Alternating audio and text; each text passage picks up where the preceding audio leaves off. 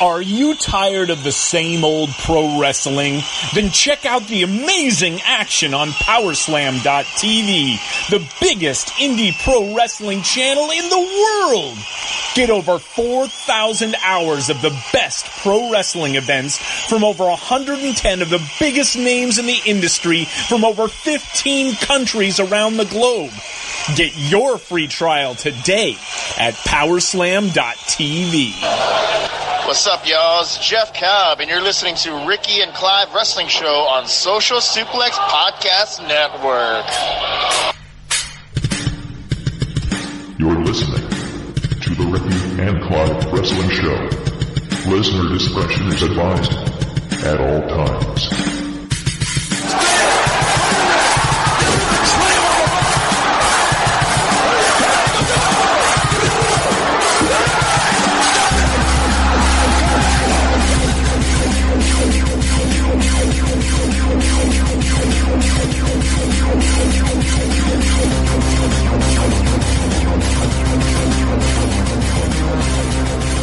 And thank you once again for downloading and listening to another episode of the show, part of the Social Suplex Podcast Network, where you can use that specific Social Suplex promo code to go onto promo... Oh, God almighty!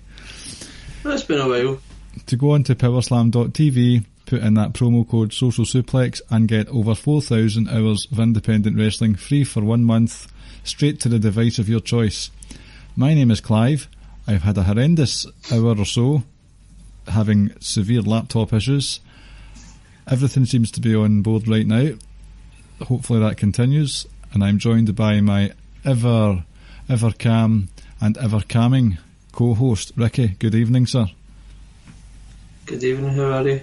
Oh, don't ask. Do not ask me. I already know. I already know how you are. So because of all this carry on, it's a bit later than normal tonight that we're starting. It might not be the longest of shows, but we'll give you some entertainment over the next the next few sets of 10 minutes or so. That's alright, I'm up at 4 AM our time anyway, for work. Going away for a couple of days, so yep. I don't even know where to begin anymore. Where to start. So, well, I completed my first round of golf today. And what was so it was a 72, right? So what was your eventual score? Well, no, it was just, we just done, it was 9 holes, so we just done 9. I don't actually know what par was, to be honest, but I bogeyed a par 5 and I bogeyed 2 par 3s, and I was rather pleased with myself. Good. What about the other holes? It's fine, we don't need to talk about the other holes. So you're closer to Tiger Ali Singh than you are Tiger Woods then? Yep. No profiling at all involved in that answer? None whatsoever. Right, so I can hear some crackling in this audio. I'm not even going to bother trying to figure out where it's coming from. I'm stressed up to my eyeballs, so you'll just have to imagine it's a wee roaring fire in the background or something this week. Right, so this week, ladies and gentlemen, boys and girls, children of all ages, we have another episode of the listeners' questions. We put out a call to arms on Twitter earlier, and we got a few questions based on all the things that are going on in and around WWE at the moment. I'm just going to get tore right in. And I'm going to go in order of what appears first on the Twitter timeline, and that is from our friend at Outsider Kervin, Carlton Rood, which he's calling himself at the moment. He has 2 questions. Right. Number 1, Ricky, when will we finally get to see his dream match of Jinder Mahal versus Brock Lesnar? Never. It's possible because a certain... Well... It is possible because Brock Lesnar has retired from MMA apparently. But it's also could be done with the old wrestling. That would be beautiful news. Wouldn't mind if Jinder Mahal was done with the old wrestling as well, but that's another story for another day. But if he was to come back, if it was more leaning towards full-time schedule than part-time schedule. And we've got the Fox deal. Jinder Mahal's on SmackDown. Brock Lesnar may end up on SmackDown. The chances of that happening have increased ever so slightly. Yeah, but a lot of may and ifs and some doubts there. There are. This one will open up, people will be throwing their headsets down. From Carl again, why is Lacey Evans absolutely destroying Becky douche belts on the mic and on Twitter? Do you have a response to that one, Ricky? Not really. Although, like, I can't give like a. I was never ever the biggest Becky fan anyway, so you know. You're used to her garbage that she spouts. I'll just leave it at that. Her hashtag talks mass. I mean, at the end of the day, people are taking sides with who they think's doing better promos. They have very contrasting styles, both on Twitter and on the microphone.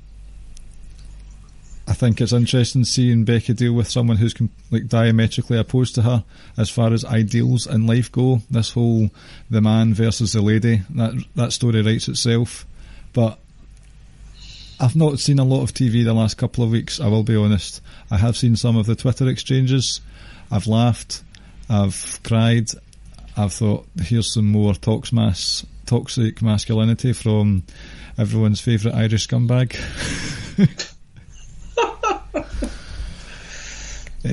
She's a bully, but so is Lacey Evans, so they work well together. Yeah, like I said, I'm not the biggest Becky fan, but I acknowledge it. You know, she's been a fucking superstar for the last sort of 6-7 months, but yeah, I don't really know how to answer that question. Carl will be over the moon. I mean, I don't know, it's just stuff. Moving on. Yeah. I see you don't have a phone on your person right now, so do you want me to just hammer the questions out? You do have the phone on your person? I do, but I'm watching football on at the same time, so okay. Feel free to start hammering through the questions. Thanks for your contribution to the cause. Well, I'm here on the podcast and I'm answering these questions. I feel like that's more than playing my part. Okay. This question comes from another friend of the show. It's Ray Cash, R-A-Y as in Mysterio, C-A-S-H as in Johnny. I've just butchered that again. C-A-S-H as in Johnny. Right. Controversy aside, do you as in Johnny? Aye, Johnny Cash. It's such a different meaning over here. It does. Controversy aside, do you think the Saudi Arabia shows are a good answer and medium for the part-time issue that I so furiously hate, as in me, Clive? On you go. Well, I remember, I feel like Rance was on the show. Remember when we discussed if you had like a part-time sort of legends scene / tour / show or whatever? This was quite a while ago that we spoke about that. Yeah, I think it would be. Let's say putting the controversy and the political issue etc. to one side. If you would have potentially these shows outside of North America or outside the US, and you could bring in some of these legends and stuff, I don't think people would mind as much. But the counter argument to that is, rather than showcase these guys who are not going to be here in a year or two, or can no longer perform at a high level, why wouldn't you roll out some of your current stars? Mm-hmm. And look to, but I think the problem with that is that, I mean, outside of who, Roman, that's it, full-time guys. There aren't many like what you would call properly big superstars. And I guess that opens up a whole different question. Is that, oh well, why are they not pushing other people, but just go strictly to what Rance was saying? Yeah, it could work. I suppose the only problem then again, like I say, is if you ignore everything else. But how do you build these shows up then? Well, in order to build the shows up, they would need TV time. Mm-hmm. And then that leads into the other argument. We're now giving TV time to 50, 55, 60-year-olds, guys who are completely over the hill, done, over current stars. Now, I could probably argue in a 3-hour show, I think it's fine to give up 15-20 minutes. But in my mind, those 15 or 20 minutes could be better used than giving it to those guys. Mm-hmm. But strictly for this question, it is a formula that could work. Like I say, it's not going to appeal to your fans like us and everyone else that we know of. But if this is strictly to bring in casual fans, or bring not so much bring people back, but more so your casual fans, it could work. It could work. Mm-hmm. From a personal and selfish point of view, I'm all for it. If they were all pigeonholed into these Saudi Arabia shows, like we had the Brothers of Destruction versus DX last time, and the match that's been announced is Goldberg, Undertaker and Brock Lesnar. Is that right? Has that been announced? I don't know exactly. I mean, I don't think it has. I know that Goldberg has, and yep. I have no interest in seeing him in the current product. So, and I think they did say Lesnar will be there and Taker will be there, but I don't think they've says anything else unless I've just not seen it.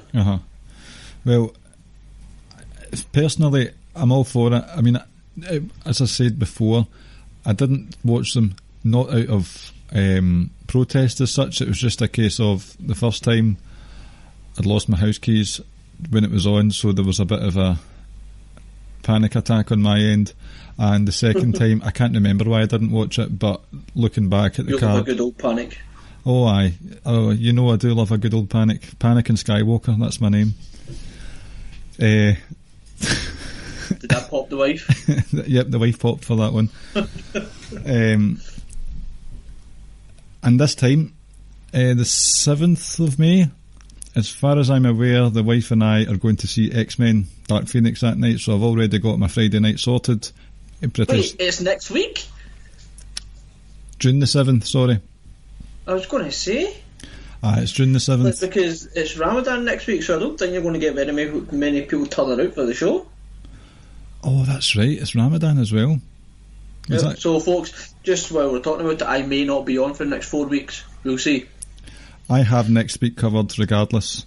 It was actually going to be the topic of the show, but due to Ricky's commitments, we changed tact, and I've got a plan for next week's show, which will become apparent in the quiz later on tonight. So I'm going to see X-Men. If this is going to be another Greatest Royal Rumble, I'm not a big fan of the Rumble matches in the first place. I don't want to see one where there are 50 people involved. Half of them are dinosaurs and half of them are fake Yokozunas, so I'm not going to miss that. I've got the part-timers. It's a show I can easily miss. For the most part, it won't affect canon too much, so Rance, bring it on, get all the part-timers, send them over to get their blood money, and we can all go home happy, or we can all go to the cinema happy instead. Next question. Were you going to say something there? No, just I agree. Not seeing these shows, don't really care. I wasn't interested in the last show. I had very little interest in the first one. Yeah, so whatever, like, I don't ever expect something big to happen on these shows anyway, so I know I can miss it. And I'm not protesting or anything, it's just that I've said, like we said before, if I've got no interest in it, I'm not even going to bother watching it, just because I just have no interest in it whatsoever. Yep. This is from our NXT UK tapings companion for the evening, Murray, Muzza_44. He's got a couple of questions. And newest here. addition to the Social Suplex podcast Yes, network. he's doing some New Japan preview and prediction columns. Check them out at socialsuplex.com, where you can also subscribe to those columns as well as the podcasts by pressing the subscribe button, and they'll go directly into your email inbox. Nice. I know. Now I don't need to remember that later on. Fantastic. A few questions.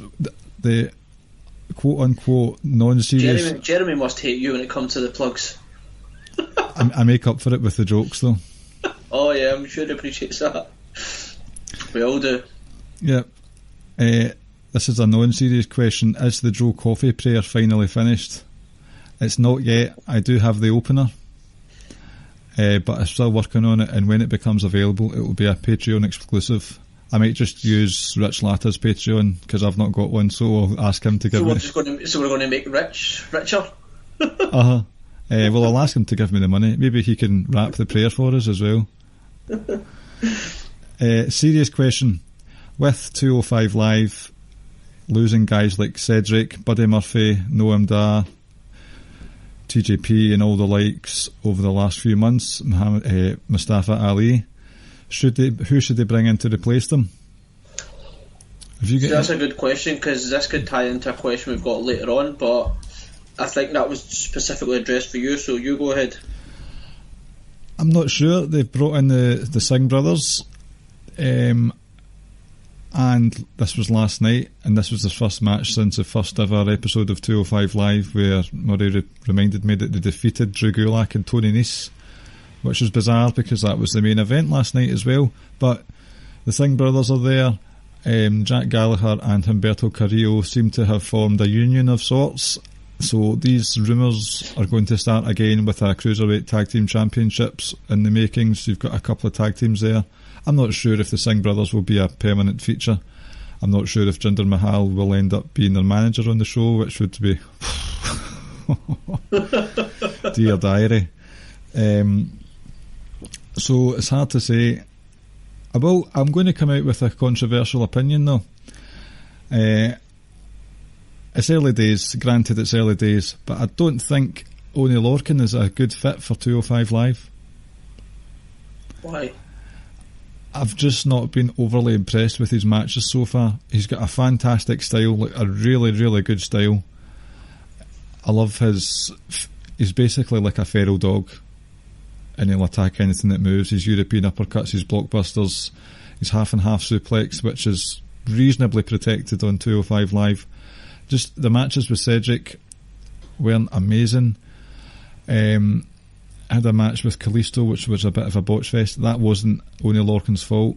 So maybe it's early days, but it just feels as if it's not. It could be the same as what happened with Carrillo, where there's just not a gel there at the moment. So I'm probably being harsh, and I might get some hate mail for that. But I do hope I'm proven wrong, definitely.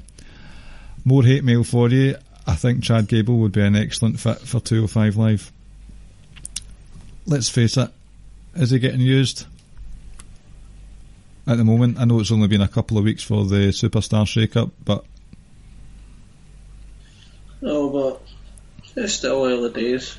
It is still early days. He's someone that should be getting pushed, I'm not necessarily saying into the main event scene, but certainly like in the mid to upper card, like he's excellent. Like I said, I'm not necessarily like when we always talk about giving someone a push, we don't necessarily always mean just put the title on him, just like feature him, give him some prominent wins. Yeah.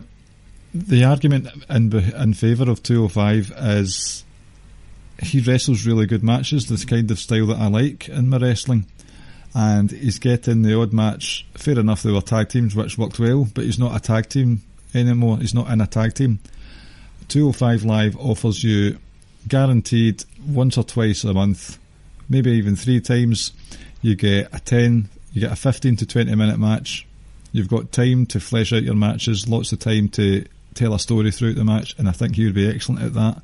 Okay, it's not the lofty heights of SmackDown Live, but if he wants to be used, then go for it. So Chad Gable would be my pick. No more heels though, we've got enough heels going on over there just now. This question is still from Murray, and it's for you, Ricky. Yep. What do you think WWE have planned for Bray Wyatt with his split personality gimmick?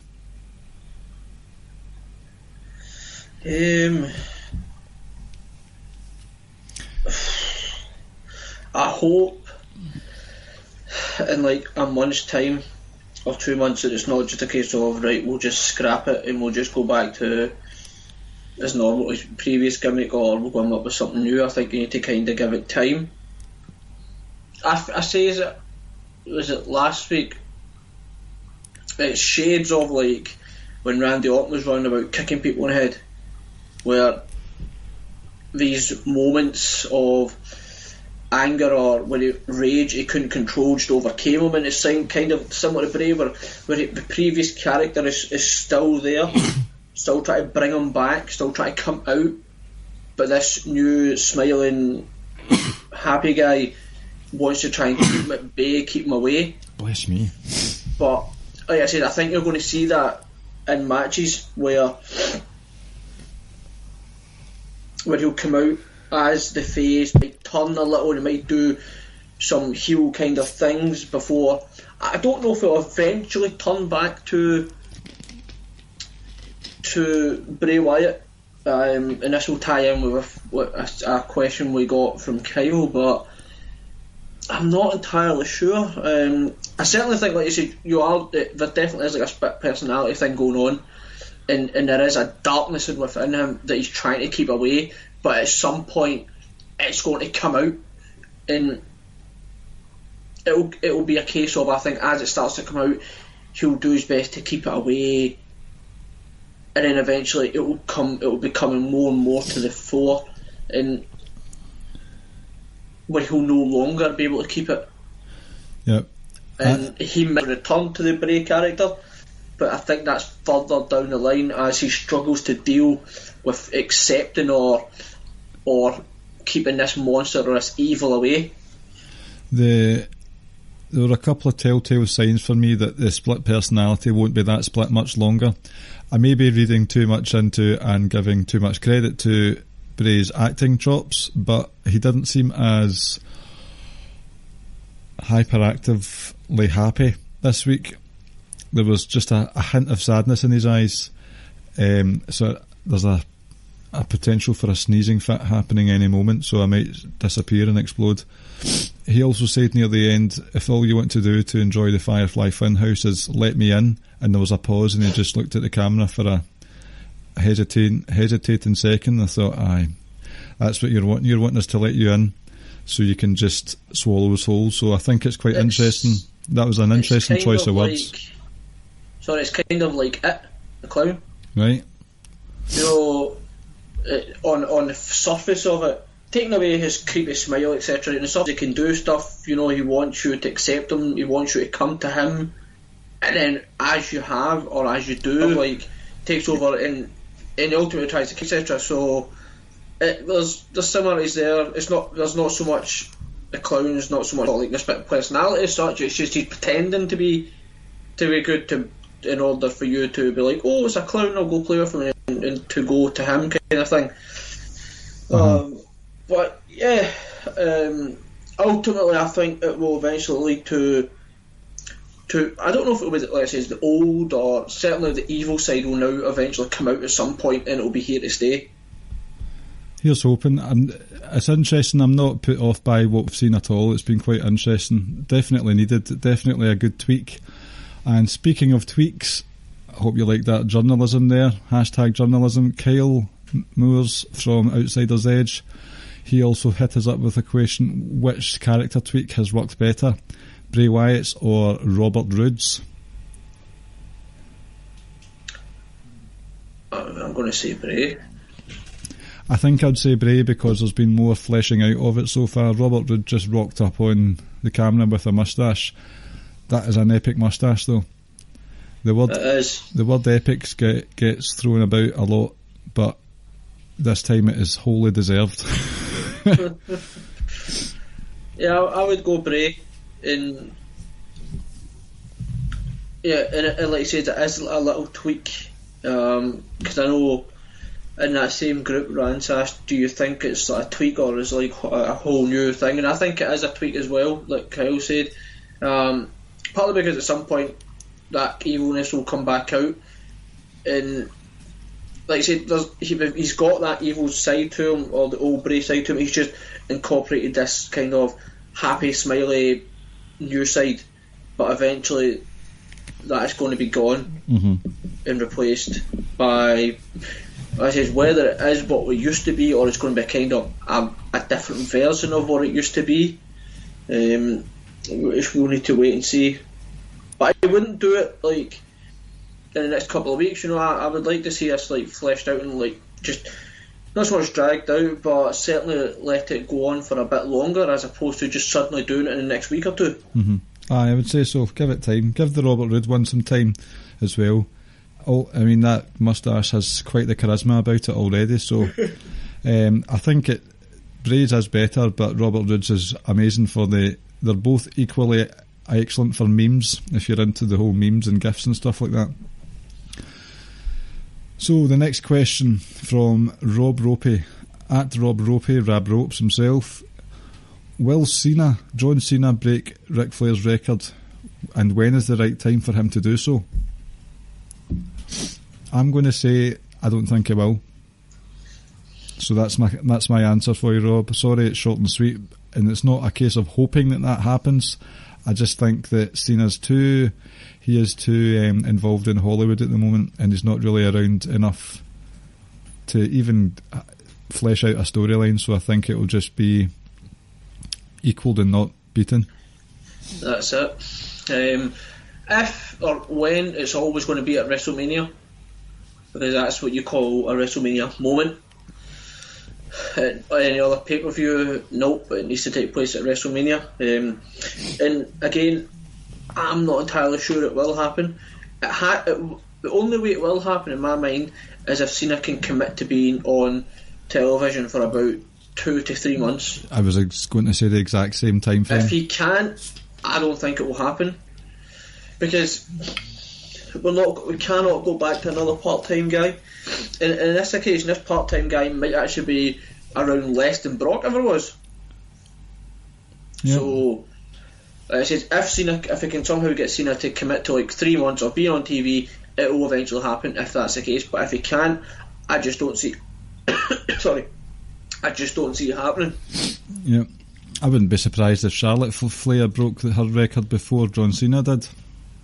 She'll break it eventually, so she'll definitely be breaking it at some point. Aye, I can see that happening for sure. Next question, it's kind of a double-barreled one, so to speak, because it's from two people based around the same person. Sir Sam Brown from Australia, who will be on the next episode of the Quiz Time Invitational. He has asked for our Dean Ambrose / John Moxley thoughts, and that ties in with Rich Latter's question. He said, who does John Moxley attack after their match at Double or Nothing, should he show up? Now that's quite a loaded question, Rich, I'm sure you'll agree with us there. I know you've said should he show up, but first of all, Ricky, do you think he is All Elite bound? So what?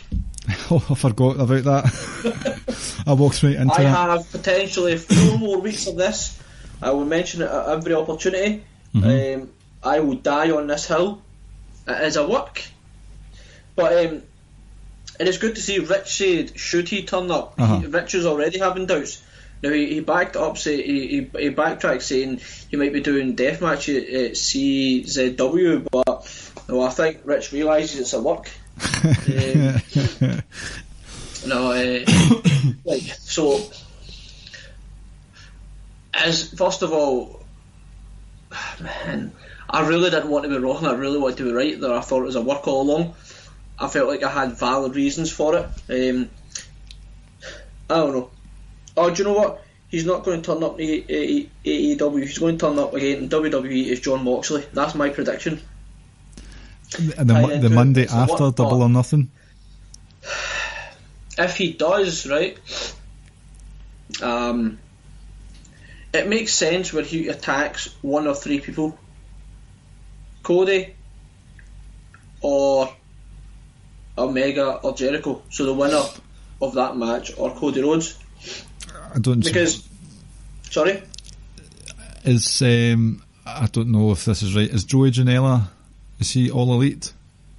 Oh, I think he is actually. Well, Andy's got the history of the death matches. So yeah, I was thinking that could be a possibility. I'm not sure. My only thinking was, right, now forget the fact that they're just a brand new company, right? So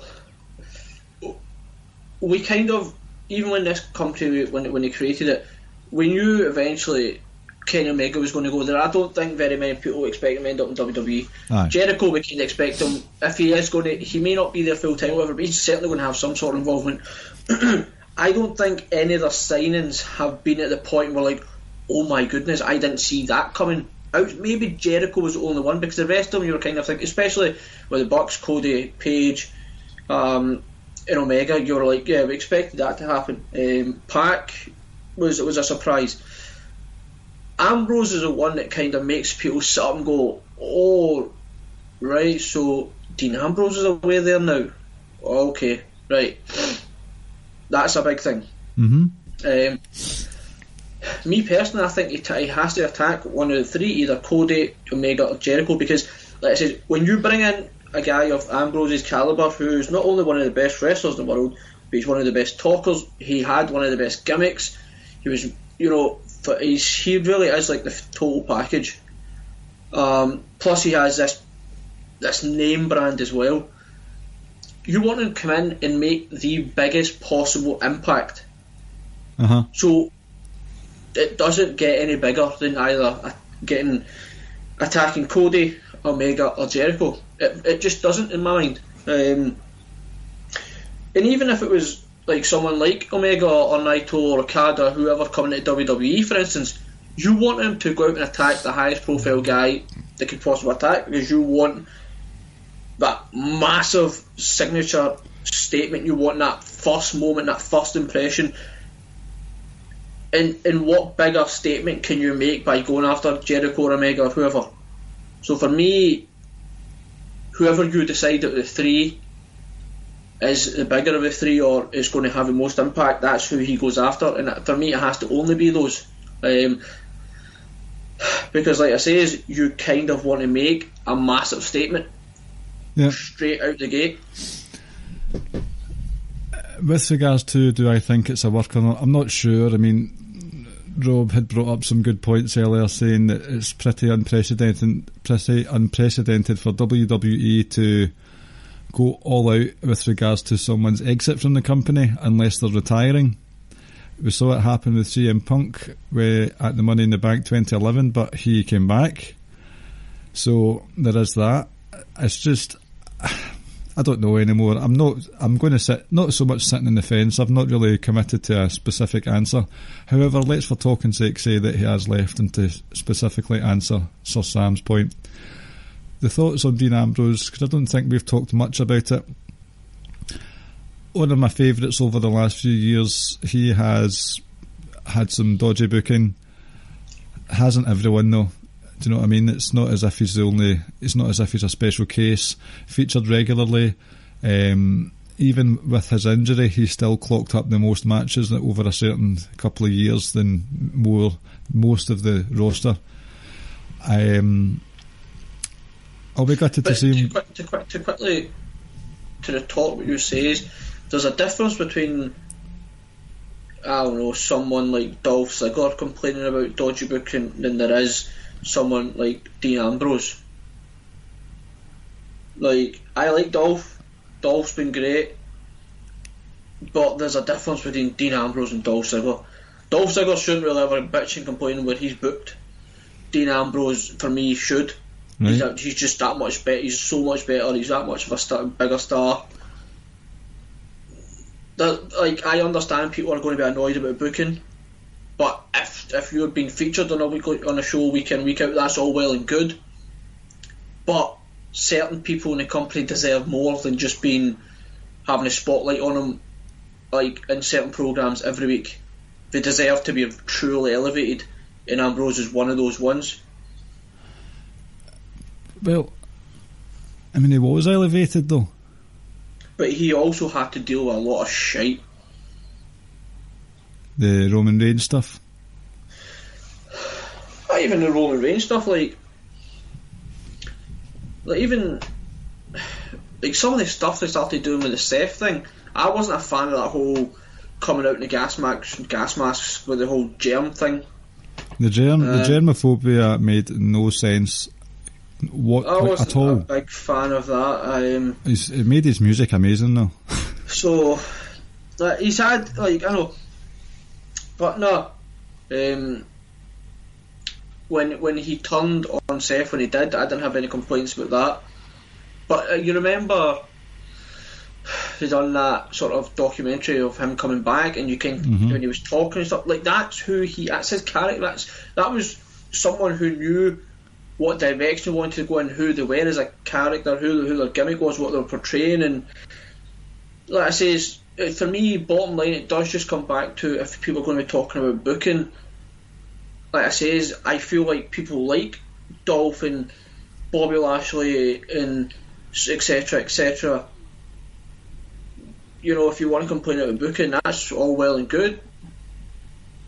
But when someone like Dean Ambrose or a Seth Rollins or a Roman Reigns or an AJ Styles or Daniel Bryan, if they complain about the booking, I kind of think you need to listen to them, because they're completely different calibre of wrestlers than the ones I've just mentioned, and superstars. Which would lend credence to him getting quite a big spotlight should he go to AEW. I'm not sure what he'll do. It could be anywhere. We'll just need to wait and see what happens with that. I know especially me, where it's just always been like, oh, it's a work, it's a work, blah blah blah. In all seriousness, I genuinely thought it was a work from the start,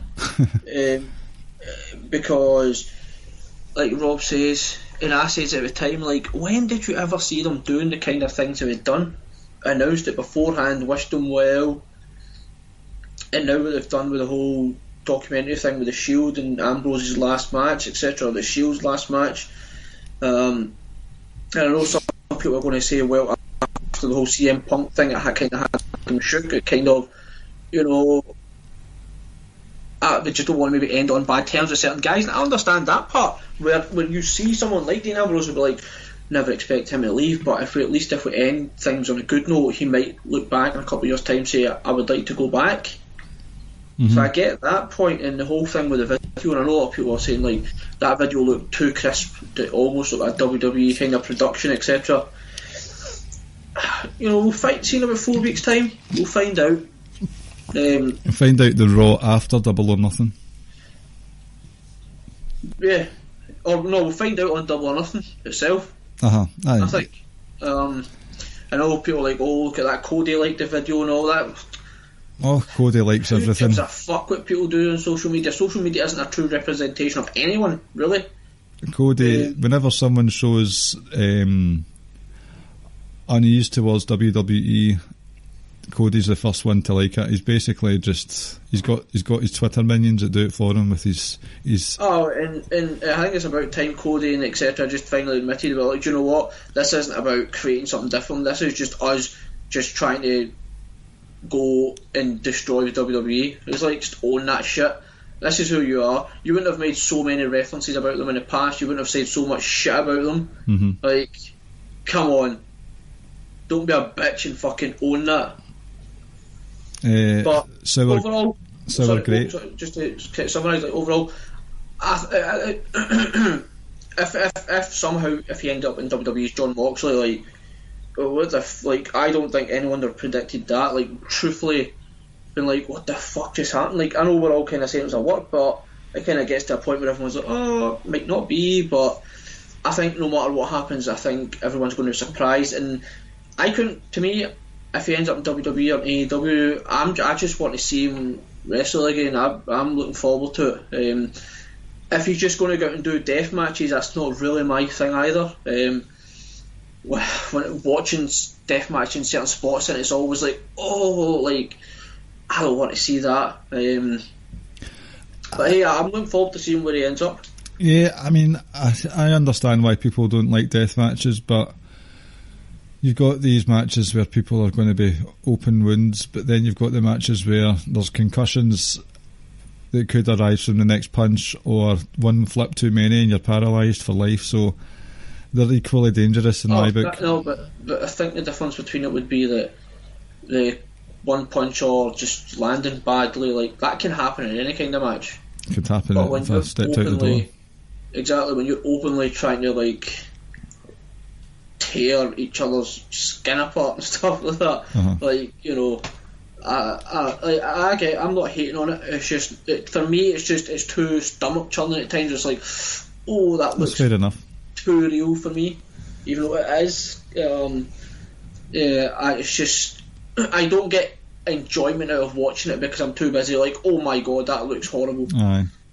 Well, thanks for that question, gentlemen, because I was starting to think we've asked these questions and nobody's talked about the John Moxley promo video yet, so thanks for bringing it up. It was a fucking unbelievable video, though. Yeah. It was really cool. And I know we're touching on it again, but just, he was being chased by the big dog. I know. Just things like that, you know, it's just like, I don't know. It was good. Absolutely no words were said or anything, and he's got everyone talking. Mox life. Next question is from our friend in life in general, BazD86, Barry, who used to be on the podcast. Barry, who I just played football with 2 days ago. Yes. Is the Money in the Bank pay-per-view the right time for AJ and Seth to have their first ever WWE one-on-one match? It would have been more fitting. He says it would have been more fitting of a SummerSlam, but has fear of injury played a major role in them going with it so early after the shake-up? Would you think too early I'm or not just sure right? about fear of injury, but to answer his question, yes and no. Right. It is like a marquee match. It's not even just a SummerSlam match, it's like a marquee WrestleMania main event match. But you had to get, I don't think you could start Seth's reign off as taking on someone on a mid card or someone who doesn't look like a genuine serious threat. Mm-hmm. And with this one, straight out the gate, we're like, here we go, we got Seth AJ, first offence, okay, things are picking up right out, straight out the gate. And it could go, it could last over into the next pay-per-view as well.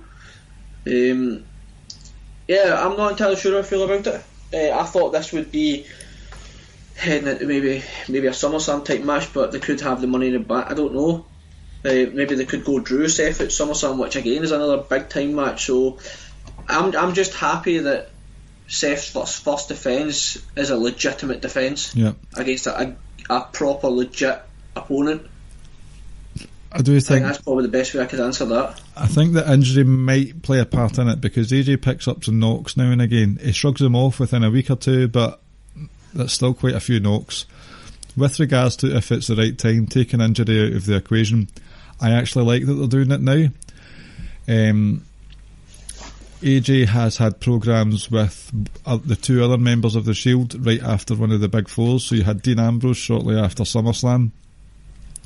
And that went on for a few months. Like you would consider the time after the big two, or well, I don't know if SummerSlam counts as two above the Royal Rumble, but you've got WrestleMania and SummerSlam. They're the lull periods. To have a programme like AJ and Dean, which was excellent for the most part, had a really good few matches. It's culminated in the excellent TLC match, and then look at what happened right after WrestleMania, which is still a lull period. Sort of leading into the springtime, you had AJ versus Roman Reigns, which was an excellent programme, arguably AJ's best work. Maybe outside of the Cena stuff, probably. Outside of the Cena and the Dean Ambrose stuff, but basically his best work has come against members of the Shield. And he's facing another member of the Shield in the middle of a lull period. So because of that, I think it's a formula that works, and I'm more than happy that they're doing it. It's one of those ones where you've got the shit going on with Saudi Arabia, heels that are going over that people still aren't happy about. This is, maybe it has been a dream match for a couple of years at least, so give us something to cheer about in this dark time. This is a light in our darkness. Yeah, I'm looking forward to it. Definitely looking forward to it. I mean, it could probably conclude in Saudi Arabia. And it certainly feels like they've made a bit of a conscious effort the last couple of years, certainly I think, to continue the momentum after WrestleMania. because I say sometimes there is that kind of lull period during the summer months, spring to summer, and like you say, we had Roman and AJ with the couple with the Seth return, couple with the Shield triple threat, couple with Ambrose cashing in, etc. That was a few years back. Then we had Lesnar and Samoa Joe. So, and I can't think off the top of my head what they went with last year again. Was it not Roman and Joe? Yeah, and then they went Roman and Lashley as well. And I know, like I say, the Roman and Joe, like, people were quote unquote leaving and it wasn't a great match, etc. But it was still a big time feud, if you know what I mean. So they still been like, right, Samoa Joe, Roman Reigns and Bobby Lashley. It was like a couple of big feuds that they were trying to lead up through the summer months, and yeah, it'll continue. So yeah, like I say, for me, bottom line, it's yes and no. It's great that we're going to see it. I just think now at SummerSlam we might see Drew and Seth then. Well, it's a yes from me. I do get that it might be too soon, but I think they sometimes need to do things a bit too soon to keep people engaged. Right, last question. It's from another friend of the show. We've got lots of friends of the show, haven't we? Yeah, we do. And it's from... No idea why people like us, to be honest. I know, we're not that nice, really. Right, this is from Kathy67. Please head over to the Lords of Pain forums page, columns forum. Kathy's put up some lovely words about Tony Nese, the current cruiserweight champion of the whole entire world. And give her a follow as well. Yes. She's awesome. And if you tell her that we told you to follow her, you will not get a t-shirt as a thanks. Just letting you know. You can get those t-shirts at prowrestlingtees.net, and they're in the Social Suplex page. You've got our own logo, the Keeping It Strong style logo, the One Nation Radio logo, and the Social Suplex logo. So there's another plug that I don't need to worry about later on in the show. I'm getting really good at this. 2 and a bit years later. Kathy67's question: there are so many hours of WWE every week. If you could only keep 4, just 4, what would you keep? So I'm not sure if she's put in this in parentheses. 4 hours, I think she put. Yeah, 4 hours, but I'm not sure. She said split Raw and SmackDown per hour. The other 3 are already only 1 hour. So the other 3, she must mean NXT, 205 and UK. I'm not sure if that's just a suggestion or that's the parameters she's given. So let's just say it's the parameters. Straight off the bat, 205 live should be binned. Yes, that's what I was going to say. I mean, I love it, right? But it's going nowhere.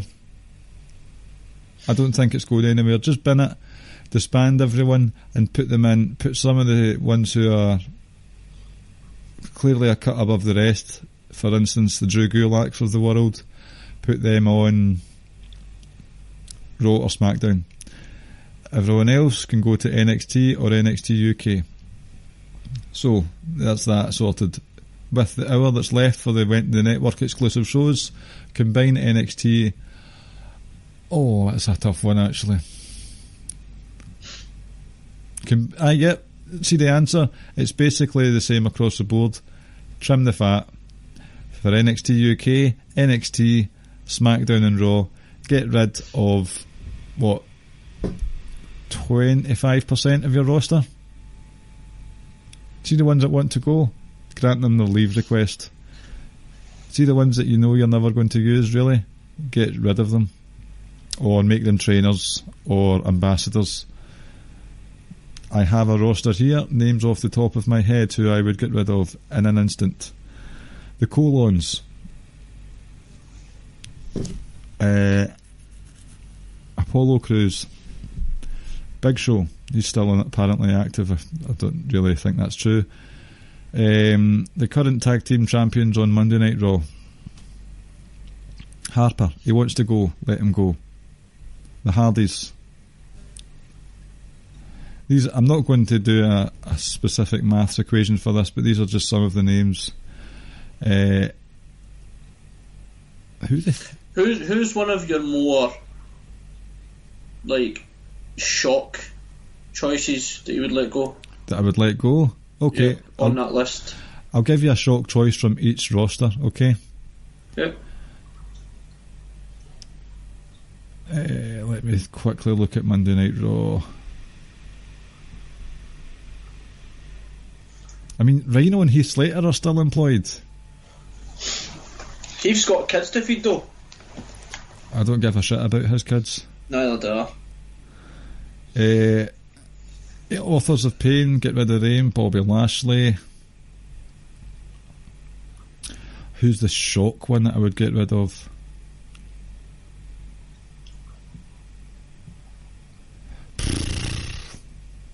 I can't really think of any shockeroonies, to be honest with you, Ricky.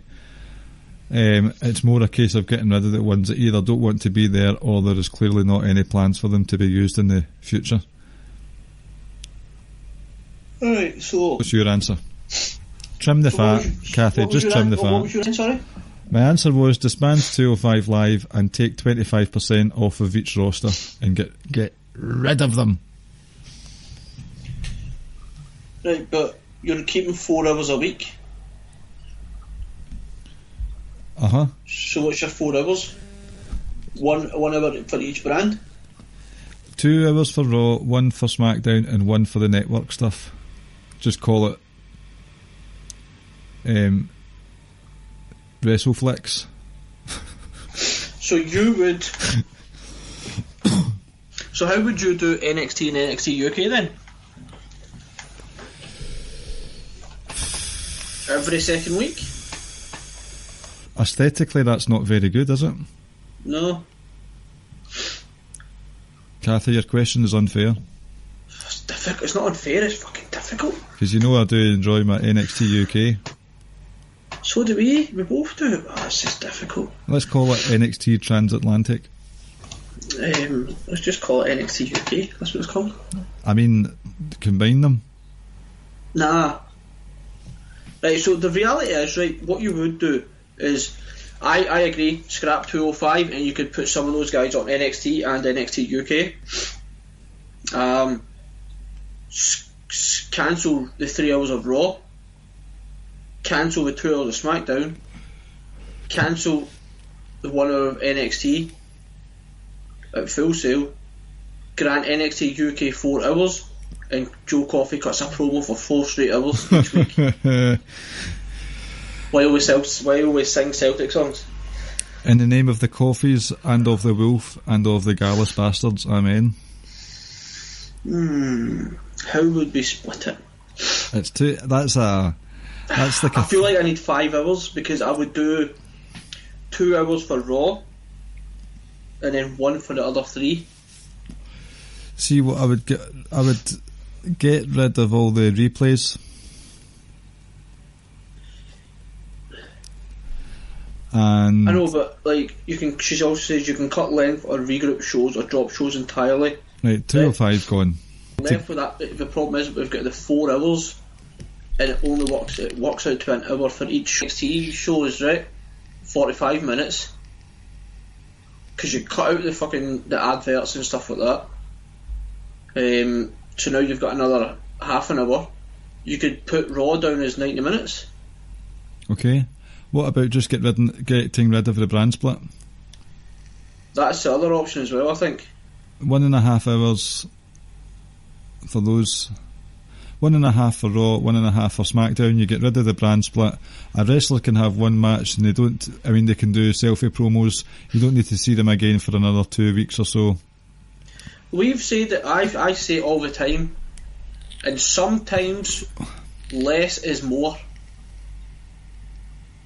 You know, and like it says, when I watch NXT or NXT UK, I never ever have the feeling that, you know, I feel I've not saw this person in weeks and weeks. I see them every second week or so, sometimes every week. So, you know, I don't need to see someone every single week, 90% of the show. Yeah. Less is more sometimes. Less is more. Get rid of it. That's what I would do. I would end the brand split, and you could go 90 minutes for each show, or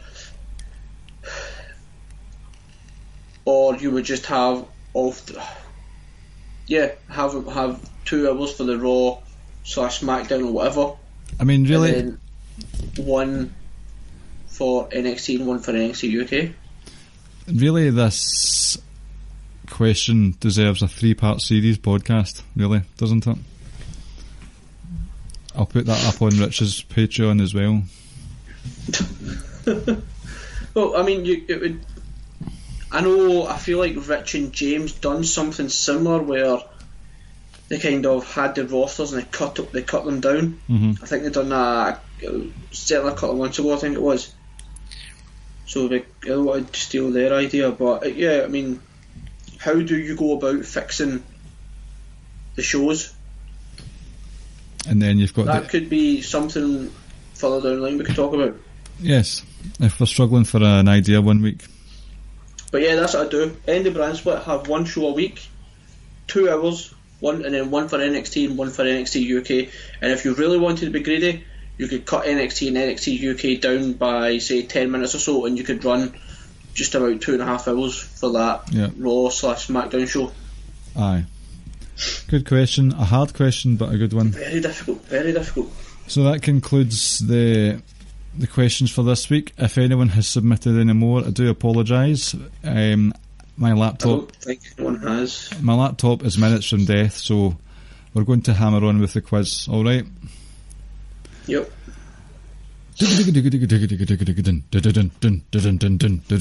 Oh yeah, it's quiz time with Ricky and Clive and friends on Clive's shitty fucking laptop.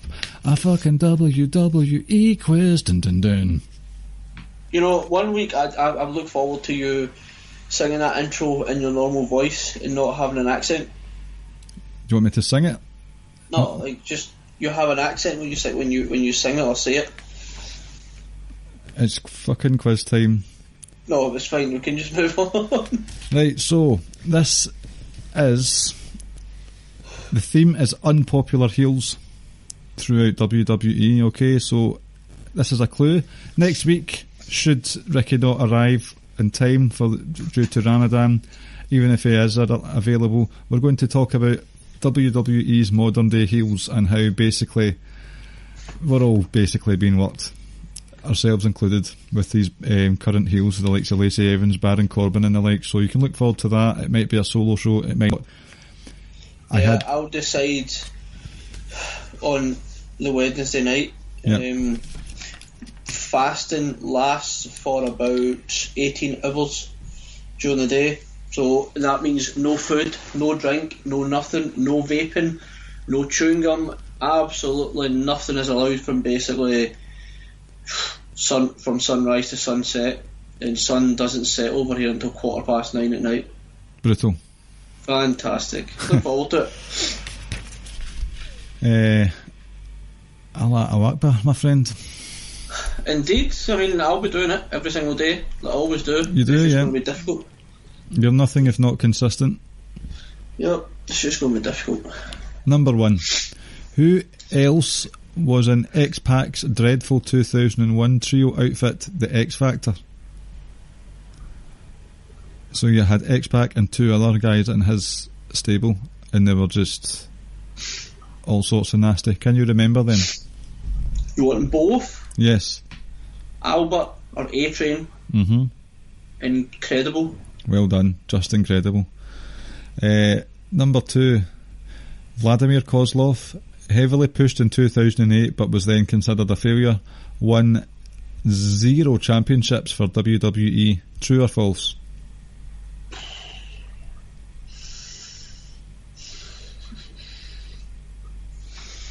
False. Correct. Any guesses at all what he won?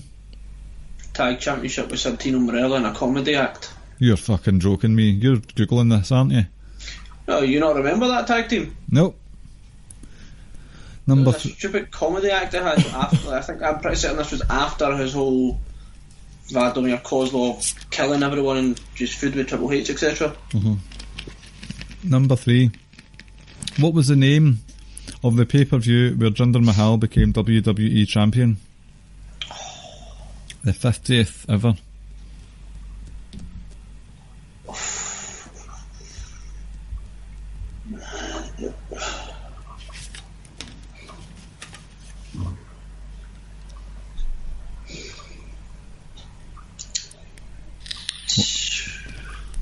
It was in Chicago as well. It was. I was going to say Vengeance there. It wasn't Money in the Bank.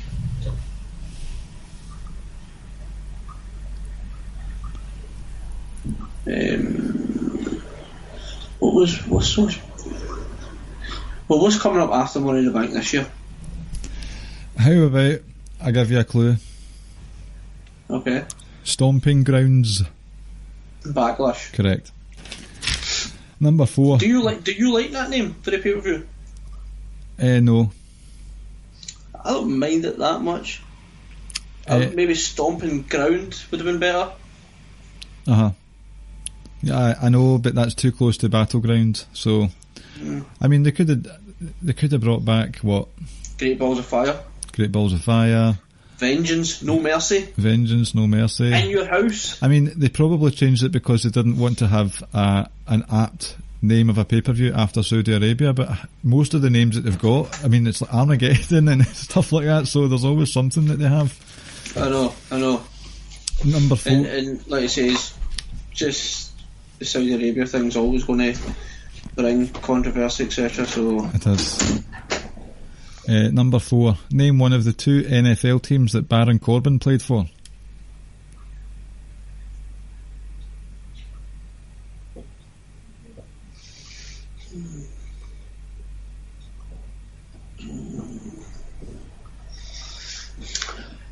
Two of them, you want both? Either one. Right, well, the Cardinals. Yep. Bonus point if you get the other one.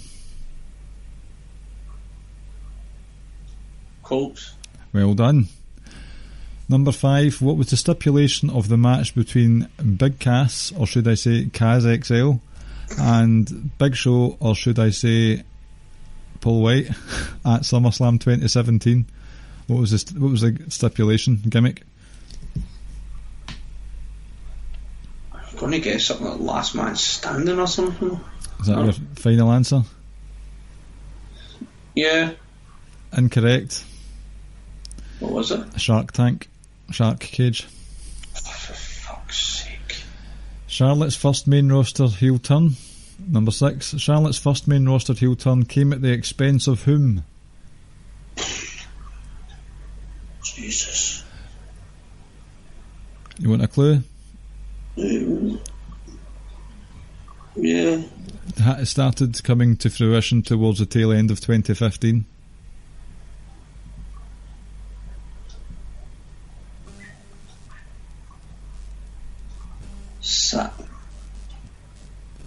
Well, she had all those shoots with Sasha. Bailey wasn't there yet. It probably isn't one with Sasha.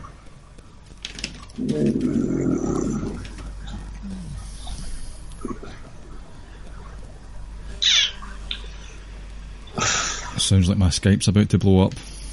I don't know. It was the scumbag herself. Oh, was it? Yep. Becky Lynch. Number 7. When Dean Ambrose defeated Seth Rollins at TLC 2018, he became the Intercontinental Champion for the how manyth time?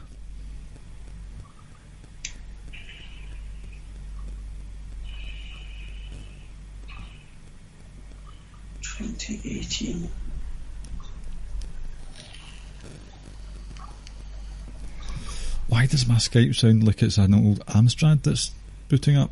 This is terrifying times. Was that his last time he won the Intercontinental title? Mm-hmm. So his third then? Correct. Number 8. How many NXT takeovers? Not the sort of dark match at the tape after, or like that's on the TV the next week. How many takeovers did Lars Sullivan wrestle on? Oh, fuck.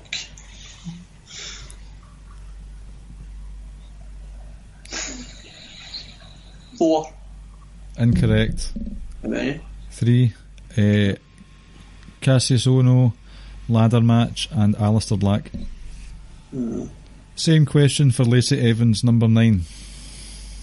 None. Correct. Number 10. Number 10. In the 2016 Women's Survivor Series match, Becky Lynch eliminated which wrestler who had, until then, been on an undefeated streak since her main roster call-up? Do you want me to repeat that question? 2016, who did Becky Lynch pin and end her undefeated streak? Right, I need to remember the teams now. So she was on SmackDown.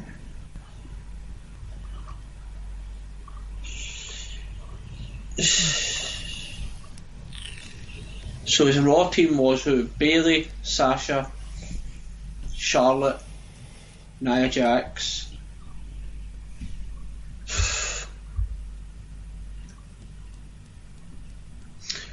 Who was it? Was that the year where Alicia Fox was the captain? I think so. I can't remember off the top of my head. So Nia Jax? Correct, well done. You got 9 out of 10. Very, very good. No, I got 8. That's true, I but got the Lars Sullivan one wrong and the Backlash one wrong. No, I think the Backlash, but something else wrong. you got a few wrong then. But you got bonus points for getting the 2 Baron Corbin NFL teams. Thanks. I know my NFL. You do. So let's wrap things up quickly. My computer is making strange noises. It's been a terrible night. Ricky, anything you want to say before we go?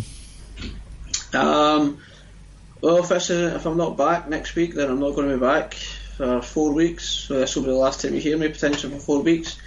Hopefully you can all live without me.